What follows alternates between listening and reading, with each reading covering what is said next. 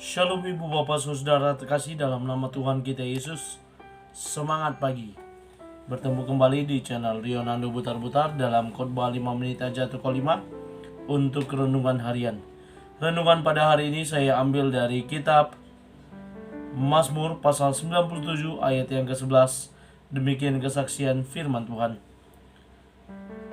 Terang sudah terbit bagi orang benar dan sukacita bagi orang-orang yang tulus hati. Terang sudah terbit. Ibu bapak saudara terkasih dalam nama Tuhan kita Yesus, Raden Ajeng Kartini pernah berkata, habis gelap terbitlah terang.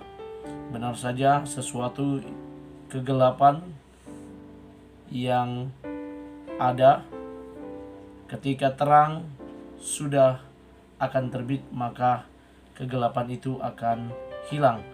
Karena apa? Adanya gelap karena ketidakadaannya terang. Tetapi ketika terang itu ada, maka yang gelap akan berlalu dan tidak ada lagi. Ibu bapak saudara terkasih dalam nama Tuhan kita Yesus, pemazmur juga berbicara tentang bagaimana terang yang sudah terbit.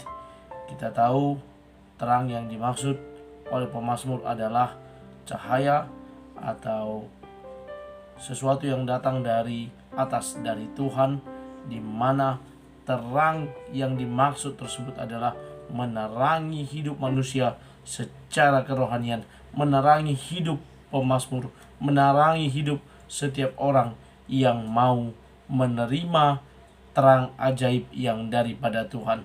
Dan dalam nats ini kita bisa lihat bahwa terang yang sudah terbit tersebut adalah terang bagi orang yang benar. Itu yang pertama.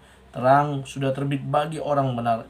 Siapapun dia yang merasa dirinya adalah para pengikut Tuhan, yang merasa dirinya hidup dalam kebenaran, maka terang itu sudah hadir bagi mereka. Dan selanjutnya dikatakan terang itu juga terbit bagi orang-orang yang penuh dengan sukacita, orang-orang yang hatinya tulus.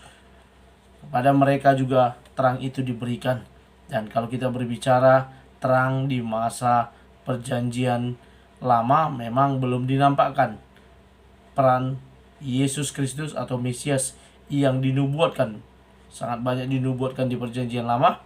Dan terang yang dimaksud pada perjanjian lama adalah Allah sendiri yang kemudian digenapi apa yang disampaikan, apa yang dinubuatkan oleh para nabi.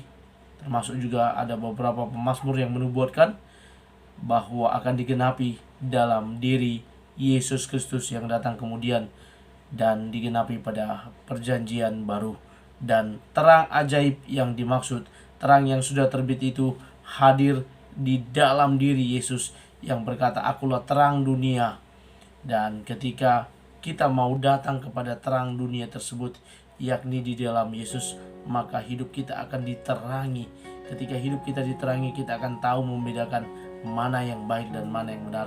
Kita akan tahu membedakan manakah kehendak Allah dan bukan kehendak Allah. Dan kita akan terus berjalan bersama dengan terang itu yang akan menuntun kita terus berjalan menuju keselamatan, menuju kemenangan yang telah disiapkan oleh Yesus Kristus sang terang ajaib itu. Karena apa, orang yang masih tinggal dalam kegelapan tak akan mungkin bisa berpindah. Karena apa? Kegelapan bisa jadi dalam rupa kemalasan untuk beribadah, kegalauan karena sesuatu dan lain hal, sakit penyakit yang tidak sembuh, pekerjaan yang tidak ditemukan, dan juga keadaan ekonomi yang terus merosot. Ini bisa jadi hal yang kita kategorikan dalam kegelapan, sehingga dia belum bisa melangkah maju dan mau menerima terang yang daripada Tuhan. Karena itu ibu bapak saudara terkasih, mari kita boleh tinggal terus di dalam terang Tuhan yang terus menerangi hidup kita. Kalau kita dalam keadaan sakit, percayalah terang ajaib itu yang akan menerangi hidup kita sehingga kita boleh menjadi sembuh. Kalau kita sedang berada dalam jalan yang buntu, jalan yang gelap, terang yang ajab, itu yang akan menuntun kita keluar dari jalan tersebut dan sampai ke tujuan yang lebih aman, yang lebih baik, dan kita bisa melanjutkan perjalanan hidup kita.